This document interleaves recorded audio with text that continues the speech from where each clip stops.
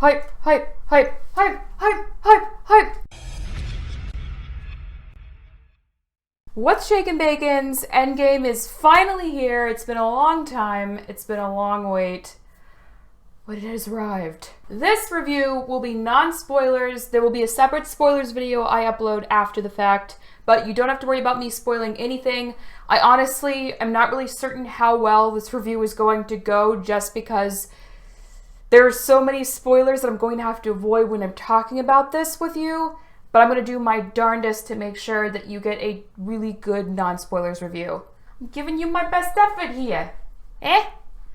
At the end of this review, I'm going to give you my recommendations for what I personally think is the optimal way to watch this movie. A few things to know going in, a few things while you're watching. No spoilers, of course, so make sure you stick around toward the end and I will go ahead and discuss that. I saw this movie as soon as I possibly could. I know a lot of other movie reviewers on YouTube get chances to go to early screenings because they live near areas that have early screening programs. I don't live in an area that has any early screenings available anywhere near me, so I saw this as soon as I could, and honestly, most of the theaters around me were sold out. Even the Thursday showings, which usually are the ones I attend so I can try and review things Friday night after I get off of work, or I start filming the review Thursday night after I see the movie to try and get it up for you guys as soon as possible. Those were almost completely sold out. I managed to get tickets ordering about a week in advance. My brothers and people I knew were texting me saying that the theaters in their states were completely sold out, which is just crazy to me. I think Avengers EndGame is already breaking records. And it was a long wait. People were stoked. We ended on this terrible cliffhanger. Everyone went to dust in Infinity War. And it's been a long wait for what is a really long film.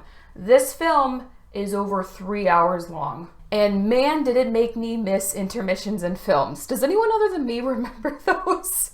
Because I remember when I was younger seeing Titanic or seeing a much longer movie like this, they'd have that break and then you could go and get a snack. They'd open up those side snack areas. You could get a drink if you wanted, if the theater had a bar in it. You know, it was not that I was doing that when I was really young and watching Titanic. However, I wish that they would have that option again. Whatever happened to that?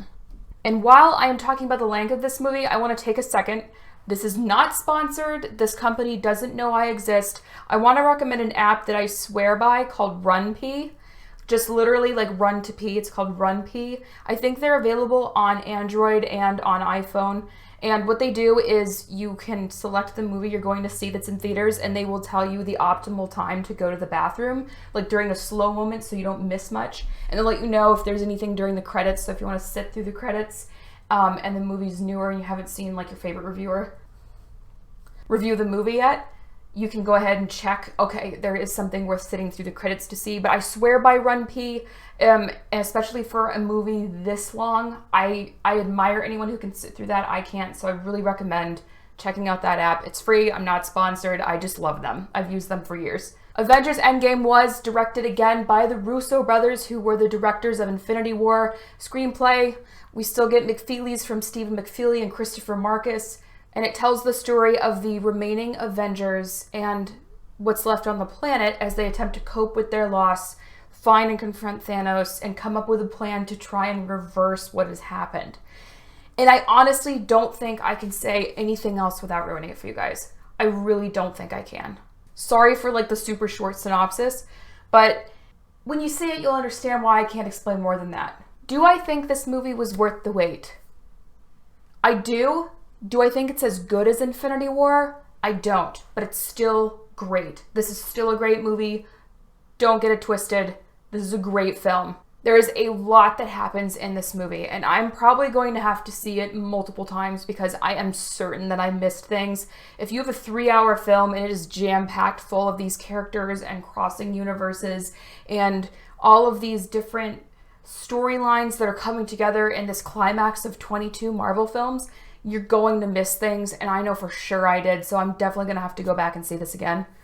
The movie immediately takes a sharp left turn as soon as it starts, and it really shocked me. I think it shocked the rest of the audience in the theater. I lucked out. I had a theater full of really excited, engaged people. We all screamed and cried and laughed and cheered together. which was really fun. I think it adds a lot to the movie experience. But the story immediately takes like this sharp left, and you're like, wait, what just happened? Because you realize, you're like, I have no idea where this is gonna go now.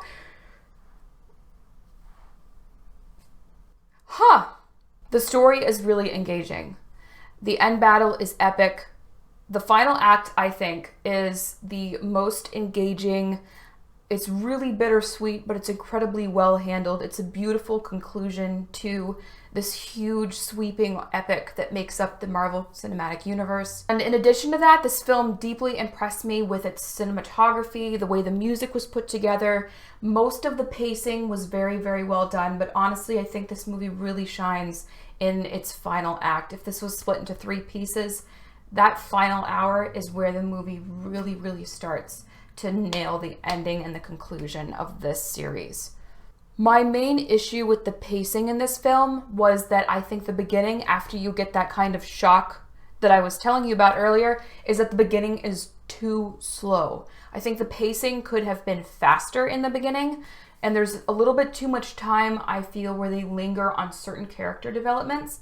And while you guys know, if you've seen my channel before, I'm always preaching about character development, and you need to have depth to your story, depth to the people and the beings in your story. I think they lingered a little too long in this area. I think if it had been streamlined, it could have perhaps cut down the sheer amount of time that this movie was.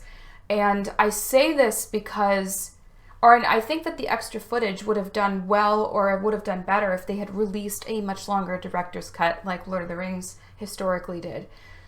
The main reason I have this critique about the pacing of the beginning of the film is that in parts of the second and third acts in this movie, there are scenes that feel rushed, and there are character interactions that feel rushed, and I don't think that they would have felt rushed if some of that time had been cut off of the slower beginning and added to that part of the story, because that's really like the meat of the story, if you will.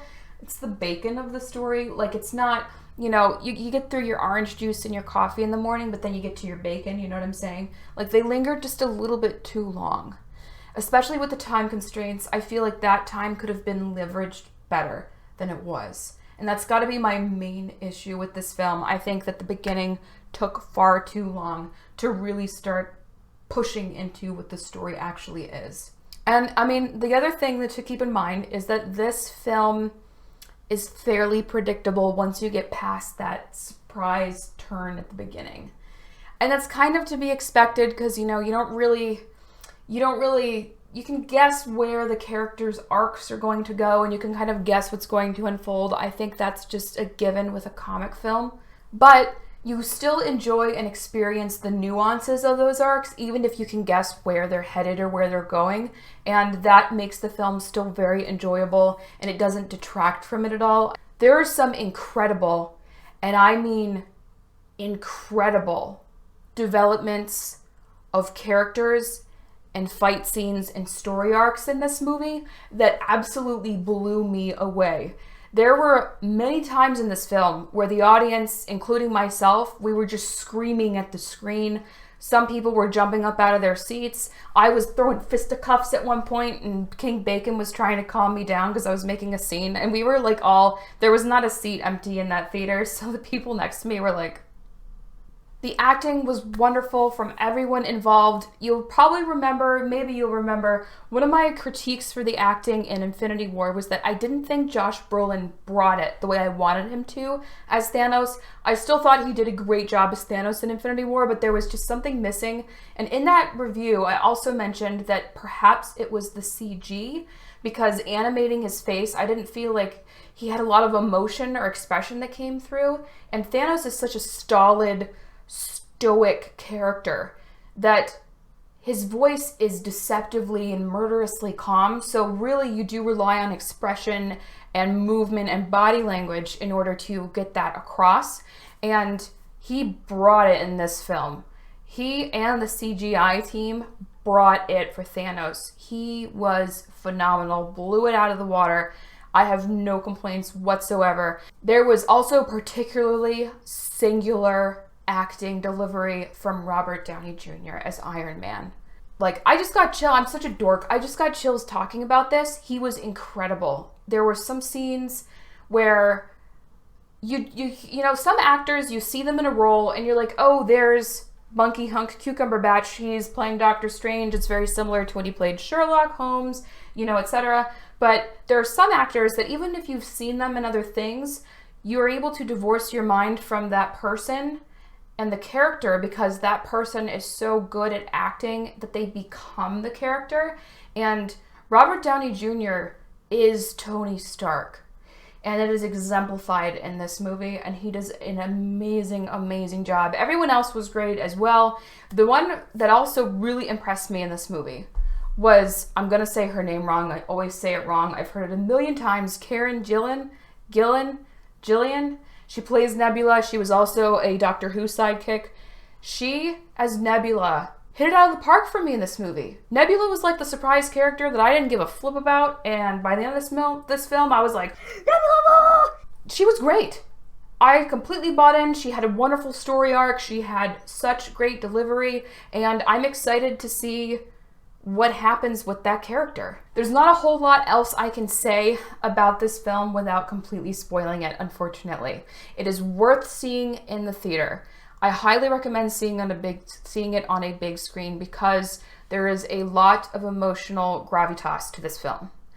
And as someone who saw it on the big screen, and I have a large collection of Marvel movies that I watch at home as well, I can tell you right now that the emotional gravitas of this movie is best appreciated at least once on a big screen for you to get the full impact. I don't know that 3D would be worth it. I'm not a 3D film kind of person. If you can get to an IMAX, I would say you should totally see it in IMAX. That would be incredible. I definitely want to see it again. I'm going to try and convince King Bacon to drive to a nearby city so we can go to IMAX because those are also nowhere near me.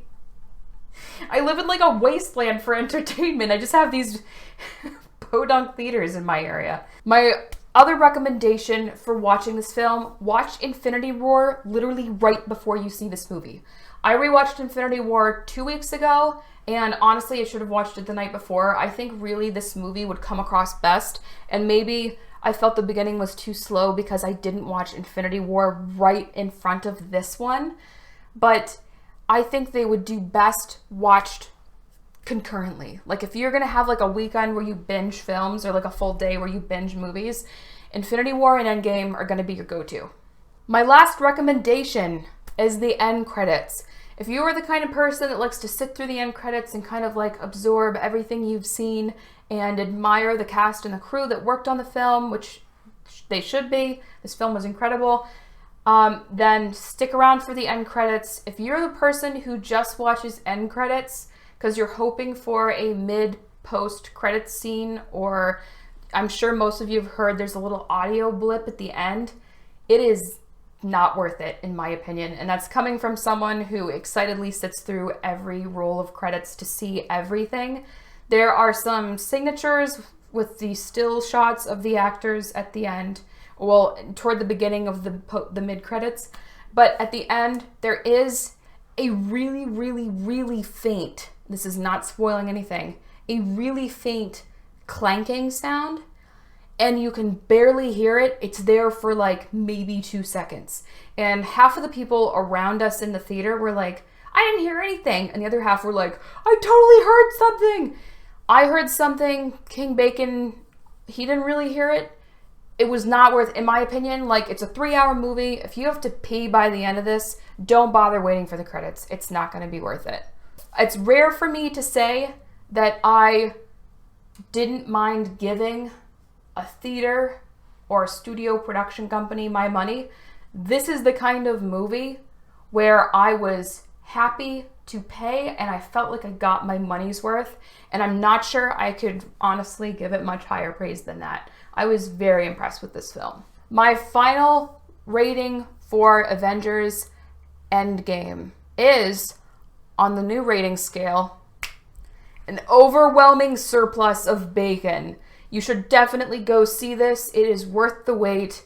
While it is not as good as Infinity War, I think really these two movies should be consumed as a whole and appreciated for the epic that they are. I think these movies are going to go down as cinema classics. They may not be held on the same level by the Oscars, Academy Awards people, but honestly, with the amount of storylines that they've tied together, the character developments they've had, and the sheer effort of getting all of those people connected on screen, which is incredibly difficult to do, this is I would almost say it's a history-making part 1, part 2 of a film. You should definitely go check it out. If you're gonna say anything about spoilers in the comments below, write spoilers first so we don't ruin it for anyone. Like I said, I will have a spoilers review coming. I just wanted to get this non-spoilers one out to you as fast as possible so that we could talk about it. If you haven't seen it yet, you can decide for yourself whether or not it's worth seeing. Let me know what you thought about it in the comments down below. And in the meantime, I will catch you later.